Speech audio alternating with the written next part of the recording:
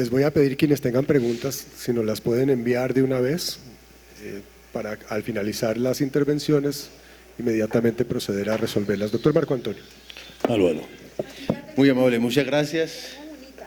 Mi agradecimiento a la alcaldía por esta renovada invitación y por supuesto mi saludo a nuestros compañeros de panel.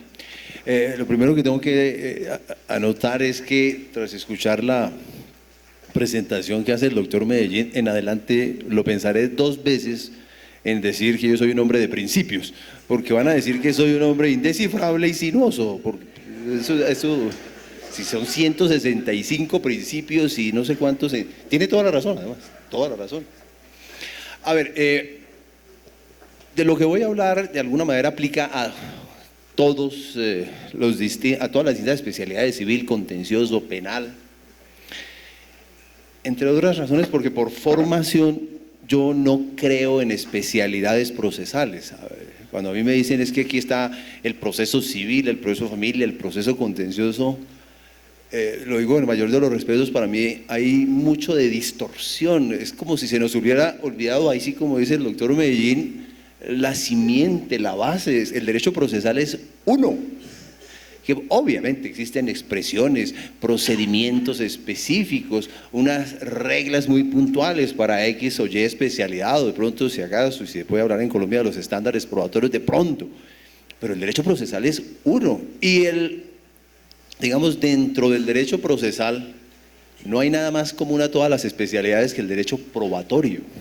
Es cuando yo a veces escucho decir, no, es que tenemos que generar unas pruebas especiales para la familia o para el contencioso, de alguna manera digo, ¿por qué no vamos a la teoría general de la prueba? Porque ¿qué diferencia hay entre un testigo que habla en penal o un testigo que habla en contencioso?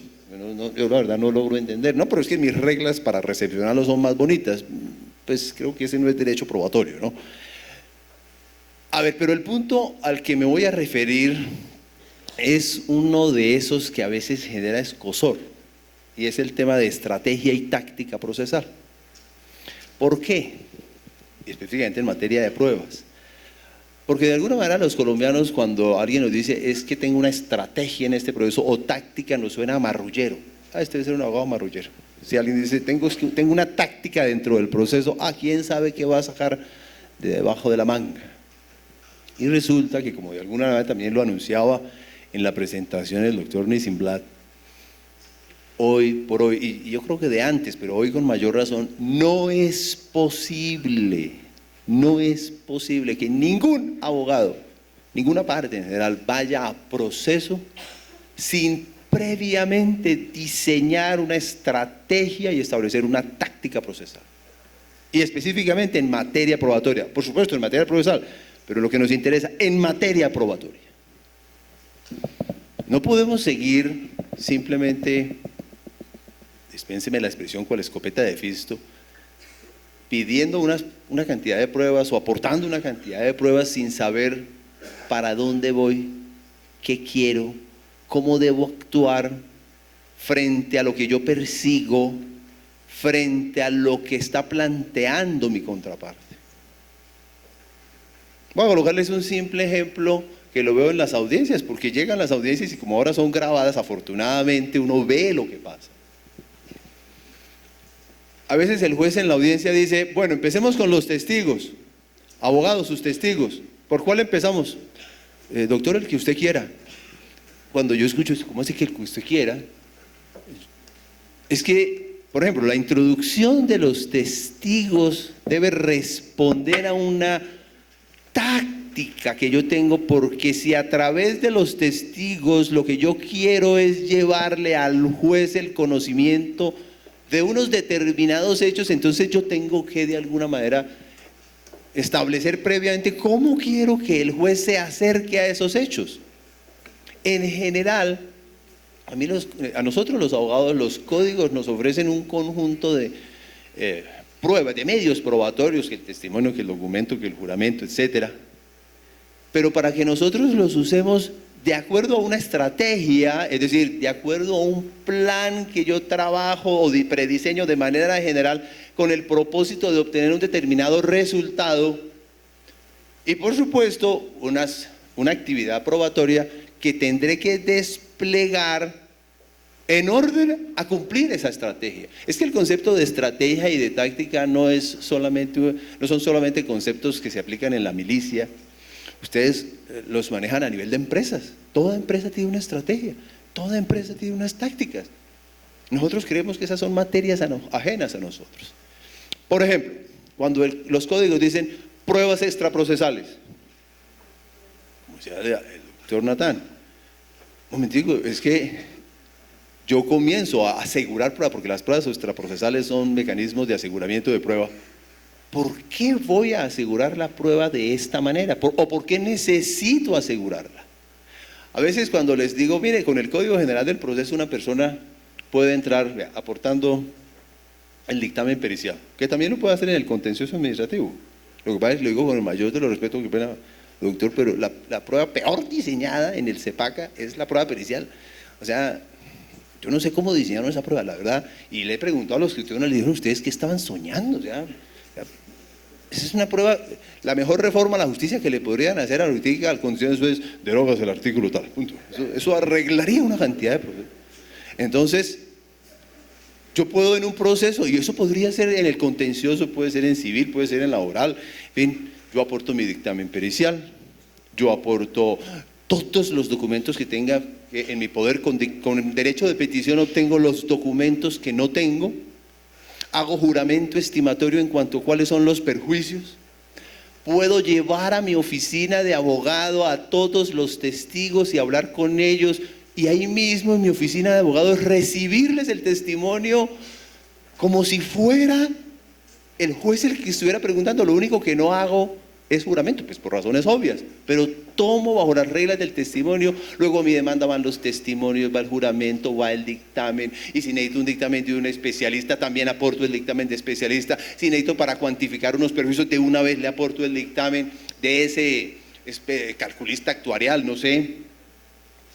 Es decir, yo llego probando, y si tengo que llegar a audiencia a practicar prueba, entonces yo tengo que establecer cómo empiezo a probar, con qué testigo comienzo. ¿Llevo al perito a la audiencia o no lo llevo al perito a la audiencia, por ejemplo? Si mi contraparte me aportó un dictamen, yo a través de táctica le digo, ¿aporto otro dictamen para controvertirlo? ¿Será que lo llevo a audiencia? Por ejemplo, eso de estandarizar la llevada del perito a la audiencia es un gravísimo error. ¿Alguien me puede decir por qué? Porque si yo veo un dictamen que me aportó el demandante, por ejemplo, aquí demandaron al distrito, bueno, tráigase al perito, yo lo voy a volver con unas preguntas. Sí, puede ser que sí, pero puede ser que le arregle la prueba. Claro, porque de pronto la prueba está floja. Y entonces, pero él también va a preguntar, el que aportó el dictamen. Y entonces a través de ciertas preguntas va a generar ¿qué? Claridad sobre lo que parecía confuso o lo que parecía contradictorio. Entonces, ¿para qué lo llevé? Ay, no, qué pena, pero es que yo creí que había que siempre llevar al perito a la audiencia. Entonces, yo tengo que establecer una estrategia para mi proceso, saber qué quiero conseguir con el proceso, tener un plan A o un plan B, verificar cómo recaudo mi prueba y cómo reacciono frente a las pruebas que ha aportado mi contraparte. Ejemplo, la interrogación de testigos. Hoy en día se permite con doble vuelta. Entonces, a veces nosotros en el tribunal a veces damos pruebas de oficio porque las partes también nos lo pidieron. Existe una oportunidad, hay que llevar los testigos. Y a veces esto se practica, el uno interroga, viene el contrainterrogatorio y le decimos, abogado, segunda vuelta. ¿Segunda vuelta? No voy a preguntar, pero he visto casos donde le dicen, a la contraparte le dicen, ¿y usted abogado segunda vuelta? Ojo, es que la segunda vuelta la posibilita el hecho de interrogar, el que pidió la prueba, la segunda vuelta, si él no hace uso de segunda vuelta, le cierra la posibilidad a su contraparte de hacer uso de un nuevo escenario de preguntas. Y eso no lo estamos viendo. No lo estamos viendo. Y de alguna manera, si me permiten decirlo, los abogados colombianos, por una u otra razón, hemos sido formados en medios probatorios. Hemos abandonado la teoría general de la prueba y muy poco nos enseñan sobre estrategia y táctica probatoria. Si yo les preguntara a ustedes, ¿cuántos de ustedes han recibido lecciones sobre técnicas de interrogación? Hagamos el ejercicio. Uno. ¿Y entonces cómo hacen para preguntar? ¿Ah? ¿Cómo hacen para preguntar? ¿Ah? Por ejemplo, miren, a veces les digo, o veo en audiencias, que un abogado contrainterrogando hace pregunta sugestiva. Y no tú al juez, porque también nosotros los jueces tenemos el pecado.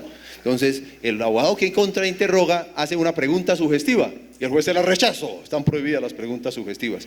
Y yo noto que el abogado no dice nada. Por Dios, del contrainterrogatorio es la pregunta sugestiva. No puede haber contrainterrogatorio sin pregunta sugestiva. Cuando la ley prohíbe la pregunta sugestiva es para el interrogatorio directo. ¿Y por qué se permite la pregunta sugestiva en el contrainterrogatorio? Porque es que yo voy a preguntar sobre lo que el testigo ya dio versión. Luego, si ya dio versión sobre eso, yo en realidad no le estoy sugiriendo respuesta. Le estoy preguntando sobre lo que él ya dijo.